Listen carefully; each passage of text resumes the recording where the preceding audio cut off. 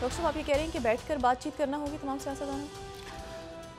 सबको बात करनी होगी, सबका मुल्क है। एक इकोनॉमी आप करते हैं तो सिक्योरिटी क्राइसिस, सिक्योरिटी करते हैं तो स्टॉक उठता है तो उधर से मतलब सारा और एग्जॉस्ट हो गए हैं, पुलिस लोग पब्लिक बिल्कुल इसको रोक, सख्त कार्रवाइयाँ होंगी, नैब की टीम पहुँच गई, इसको यहाँ पर सब जो करना है करें। ये जहन में रखें कि खिंच गया बहुत ज़्यादा खिंच गया, बयानिया नहीं बन रहा, तो उस बयानिया नहीं बन रहा, इसमें लूज लूज वाला गेम है, इसमें विन विन कुछ भी नहीं हो रहा, मुल्क का नुकसान हो रहा। बैठ के अभी शहादतें हैं, ये कभी कुछ, कभी एक दिन स्टॉक गिरती है फिर उठ जाती है, फिर ये मतलब इसको स्टेबल करें। और बाहर से प्रेशर आना शुरू हो गए हैं और लोग बातें कर रहे हैं, मुनासिब नहीं है। अच्छा, अब इसमें यह है कि और खिते में देखें ना, आप हालात देखें। अब वो यहाँ से जो बेलारूस के सदर गए, कितना इंपॉर्टेंट दौरा था, जो मैंने बताया बाद में कि वो दौरा कितना इंपॉर्टेंट था कि वो यहाँ से CSTO के इजलास में गए। CSTO जो है वो रशिया का एक, आप समझ लें कि उनका नेटो है, इस तरह समझ लें आप, क्योंकि इकोनॉमी का तो नहीं है, उनके एक सिक्योरिटी का ब्लॉक है, वो बड़ा इंपॉर्टेंट उसमें बेलारूस, वही आए हुए थे। सिक्योरिटी का इशू था उनका, बीच में ये सारे मामला चले। तो उसके साथ ही जो दूसरा मामला है वो देखें, ये खत्ते में, ये इलाके में जंग फैल रही है और ये जंग आगे जाके किस रुख पे जाती है हम नहीं जानते। ये कोई बड़ी जंग की रुख इख्तियार करता है, कोई प्रॉक्सी शुरू। अब देखें आज वो प्रॉपर बशार अल असद की जो हुकूमत है उसकी वो डिस्टेबलाइज हो गई दोबारा। हालांकि वो बशार अल असद जो बिल्कुल स्टेबल थे और वो आए थे वहाँ पे, यानी अरब लीग का मेंबर, और खाना जंगी ख़त्म और सारा, टर्की के साथ भी ताल्लुकात अच्छे, सबके साथ वापसी। वहाँ पर वो फिर जनाब जो है उनके जो मुख्तलिफ ग्रुप्स हैं उन्होंने असॉल्ट किया हुआ है सीरिया में, वो इंटरनली लड़ाई शुरू हो गई दोबारा। पीछे कौन है, क्या सपोर्ट कर रहा है, क्या, वो किस्सा भी सामने आएगा, लेकिन इस मरहले पे सीरिया के अंदर इंटरनल दोबारा यानी खाना जंगी शुरू हो गई शाम के अंदर। और जो बरतानिया के जो सिक्योरिटी चीफ हैं, यानी एक सिक्योरिटी के चीफ, MI6 के जो चीफ हैं, इनकी जो सिक्योरिटी सर्विस है ना, 1909 में ये 2 हिस्सों में तकसीम हो गई थी ना। MI5 मिलिट्री इंटेलिजेंस सेक्शन 5 जिसको MI5 कहते हैं, और मिलिट्री इंटेलिजेंस सेक्शन 6 जिसको MI6 कहते हैं। MI6 देखती है बाहर के मामला, हर को पता है, और MI5 देखती है इंटरनल मामला। तो MI6 के जो सरबराह हैं रिचर्ड मोर, अच्छा 1994 तक बरतानिया कहता था कोई MI6 नाम की चीज़ नहीं है, ठीक है। और MI6 दुनिया में वैसे मशहूर भी बहुत है, उसकी वजह मैं बताता हूँ। बहरहाल रिचर्ड मोर जो उनके सरबराह हैं, उन्होंने भी आज ये बात की है कि रशिया सबोटाज करना चाह रहा है तमाम यूरोप में सबोटाज करने जा रहा है। और वही बात जो ये कि क्या सबोटाज, आज पहले भी सबोटाज होता था, लेकिन ये जब से हाइब्रिड और इसमें साइबर भी आ गया, अब ये सारा क्या इस किस्म के अटैक्स या आर्टिकल 5 को रिवोक कर सकते हैं, नहीं। तो ये एक सवाल आज उठाया है MI6 के सरबराह ने। MI5 के सरबराह भी 1-2 महीने पहले ही बात कर चुके हैं कि रशिया जो है वो तमाम, MI5 जो है वो इंटरनल सिक्योरिटी को देखती है, तो वो ही कह चुके हैं कि रशिया जो है ये बरतानिया में और सब सारे यूरोप के अंदर सबोटाज की कार्रवाइयाँ करने जा रहे हैं। एक चंद लम्हात निकाल के मैं MI6 की बात करता हूँ। MI6 को दुनिया में लोग उसके एक एजेंट की वजह से पहचानते हैं। उसका एक एजेंट MI6 का दुनिया में बड़ा मशहूर है, और उसका जो कैरेक्टर है वो एक नावल जो इयन फ्लेमिंग के नावल्स थे, तो इयन फ्लेमिंग जब कैरिबियन में जाते थे तो कैरिबियन में जाके वो वहाँ उनका एक दोस्त था जो परिंदों का मुताला कर रहा था, तो उसको बर्ड गाय कहते हैं, बर्ड्स गाय, यानी वो परिंदों वगैरह का। उससे इंस्पायर होके तो इयन फ्लेमिंग ने वो अपने नावल में एक फर्जी किरदार 60 की दहाई में, और उस किरदार का नाम जो है वो है जेम्स बॉन्ड। तो जेम्स बॉन्ड जो है वो उसका जो बर्ड्स ऑफ ये कैरिबियन सी की, वेस्ट इंडीज़ की बर्ड्स के ऊपर, ये जेम्स बॉन्ड एक राइटर थे, अमेरिकन राइटर थे, ये इनकी किताबें हैं। और ये जो है इनके नाम को फिर जो है वो इस्तेमाल करके, और इनके नाम से फिर वो जेम्स बॉन्ड का कैरेक्टर बना जो कि 007 MI6। और ये जो है ये इनका 1989 में इनका इंतकाल हुआ।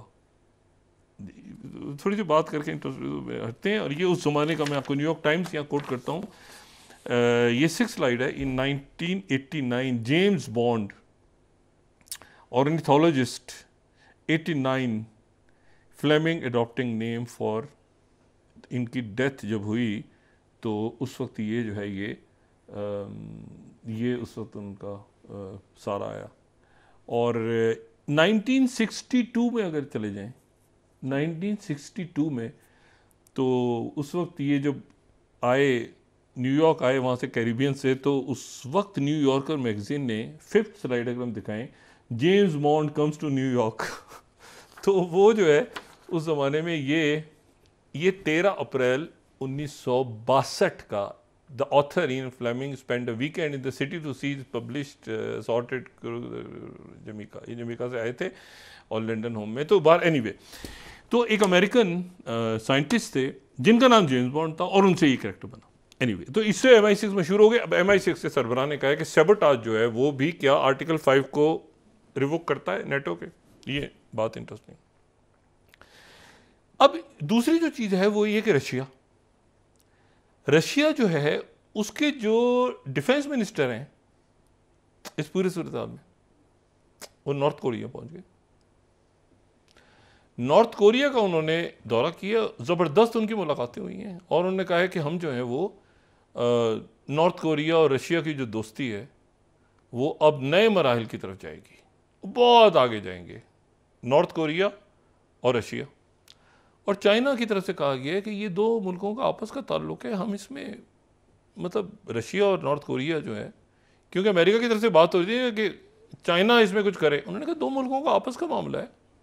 शी जिनपिंग जब अभी गए थे ना G20 और ब्राज़ील में, तो एक बात उस दिन मिस हो गई थी, रास्ते में वो मोरक्को रुके थे। इसमें मैं बाद में बात करूँगा, मोरक्को रुके थे शी जिनपिंग। अब उसका उनकी इलेक्ट्रिक व्हीकल से क्या ताल्लुक है, उससे लंबी बात हो जाएगी, लेकिन ये बड़ी इंपॉर्टेंट बात है कि शी जिनपिंग बीजिंग आते हुए यानी ब्राज़ील में G20 और उससे पहले जो एपेक की समिट हुई थी तो वो वहाँ रुके थे। अच्छा, अब ये है कि दूसरी चीज़ ये हो गई। तीसरी बात ये हो गई कि जो रशिया है उसने और चाइना ने जो बड़ा ज़बरदस्त उनका लेटेस्ट बॉमर्स हैं चाइना के S6 बॉमर्स, तो उनके साथ आज पहली दफ़ा PLA ने और रशिया ने सी ऑफ जापान पे उन्होंने एक्सरसाइजेस की हैं मुश्तरका। और अगर हम ये देखें S6 बॉमर को, तो इसकी बहुत सारी, मैं इस वक्त टेक्निकल की डिटेल्स में नहीं जाना चाह रहा, लेकिन ये उनके लेटेस्ट जो XC बॉमर्स हैं, ये उनके लेटेस्ट बॉमर्स हैं। और ये पहली दफ़ा आज अगर मैं ग्लोबल टाइम्स को फॉलो करूं तो ये जो है ये 26 स्लाइड अगर मैं दिखाऊं ग्लोबल टाइम्स की, तो PLA का जो एयरफोर्स H6N बॉमर्स हैं, ये इन्होंने क्रूज डेब्यू किया है 9th China Russia joint strategic air patrol over sea of Japan. अच्छा, ये जहन में रखें आप बात। अच्छा, दूसरी बात ये है कि एक और भी बड़ी इंटरेस्टिंग खबर है, वो ये है कि कम्युनिस्ट पार्टी ऑफ चाइना का डेलीगेशन जापान पहुंच गए, जापान पहुंचे हुए हैं। अच्छा, और जापानीज़ जो जापान थोड़ा सा अपने आप को बैलेंस कर रहा है आने वाले दिनों के लिए, क्योंकि वो बिल्कुल चाइना और रशिया के अगेंस्ट इस वक्त जापान, मतलब एक धीमा सा लहजा जापान ने इख्तियार किया है। उसमें बाद में बात करूंगा कि क्या उनकी पॉस्चरिंग क्या चल रही है। लेकिन ये बात बड़ी इंपॉर्टेंट है कि ये जो है ये अच्छा, हयात तहरीर शाम है उस पार्टी का नाम, तंजीम जो उठी है बशार अल असद के अगेंस्ट। लेकिन चाइना रशिया पेट्रोलिंग हो रही है, उधर नॉर्थ कोरिया पहुंचे हुए हैं। चाइना रशिया के डिफेंस मिनिस्टर चाइना कह रहे हैं कि ये आपस में इनका ताल्लुक है रशिया का। और यूरोप जो है, यहाँ पे यूरोप की जो मीटिंग्स हुई हैं उसमें रशिया ने आज ये इल्ज़ाम लगाया है, क्योंकि इससे पहले यूक्रेन ने कहा था कि रशिया 3 हिस्सों में तोड़ना चाह रहा है यूक्रेन को। रशिया 3 हिस्सों में, हमने डिस्कस भी किया था, 3 हिस्सों में तोड़ना चाह रहा है।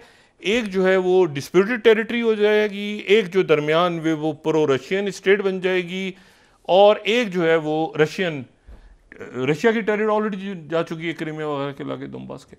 लेकिन जो रशिया है उन्होंने उनकी इंटेलिजेंस ने आज ये रिपोर्ट दी है कि जो 10,000 पीस कीपर्स की बात चल रही है नेटो ममालिक में कि पीस कीपर्स 10,000 भेजे जाएं यूक्रेन में, तो यूक्रेन को 4 हिस्सों में बांटने का प्लान है। ये रशिया ने इल्ज़ाम लगाया है और रशियन इंटेलिजेंस की एक पूरी स्टेटमेंट है, बहुत बड़ी, वो रशियन लैंग्वेज, उसको अगर आप ट्रांसलेट करें इंग्लिश में और फिर उसको पढ़ें, उसको डिटेल बहुत लंबी है वो, उनके टेलीग्राम चैनल्स पे और बाकी जगहों पे, तो उसको बहुत, तो उसका जो मुख्तसर बात है वो ये है, उसमें वो जो रशिया कह रहा है वो ये कह रहा है कि ये जो 10,000 पीस कीपर्स भेजने की बात हो रही है, अंधेरा घुप है, इंफ्रास्ट्रक्चर तबाह हो चुका है तकरीबन यूक्रेन का।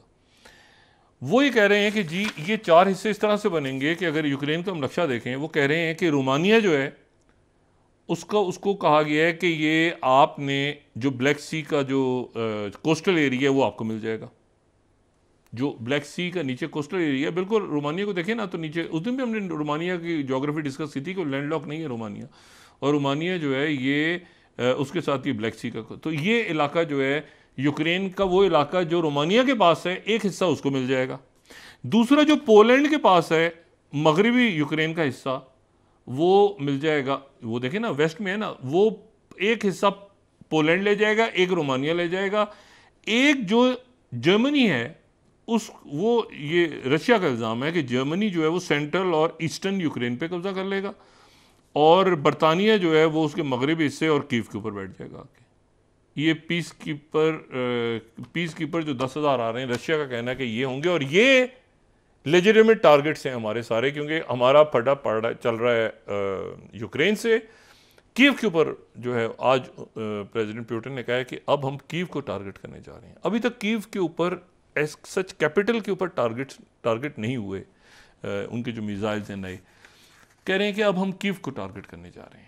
देखना कीव में सारे ये रहनुमा जाते थे, सायरन बज रहे हैं, कभी प्रेसिडेंट बाइडेन गए, कभी दूसरे मुल्कों के लोग सारे कीव जाते रहे, तो उस वक्त ये होता था सायरन वायरन बज रहे हैं, लेकिन कीव दारुल हुकूमत पे अभी तक। अब पुतिन दारुल हुकूमत को अटैक करने का कह रहे हैं कि मैं दारुल हुकूमत को भेंट करूंगा।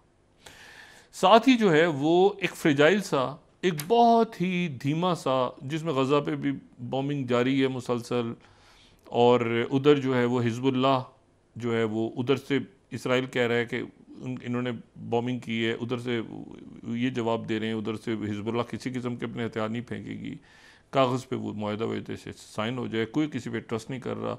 वो अभी तक सीज़ फायर मौजूद है, लेकिन उसकी खिलाफ वर्जियाँ हो रही हैं, और मैं ये समझता हूँ, आई मे बी कि ये शायद नहीं हो पाएगा सीज़ फायर हिजबुल्लाह और इसराइल का, जब तक की इशू क्या है, एक की इशू होता है ना, एक बुनियादी इशू होता है।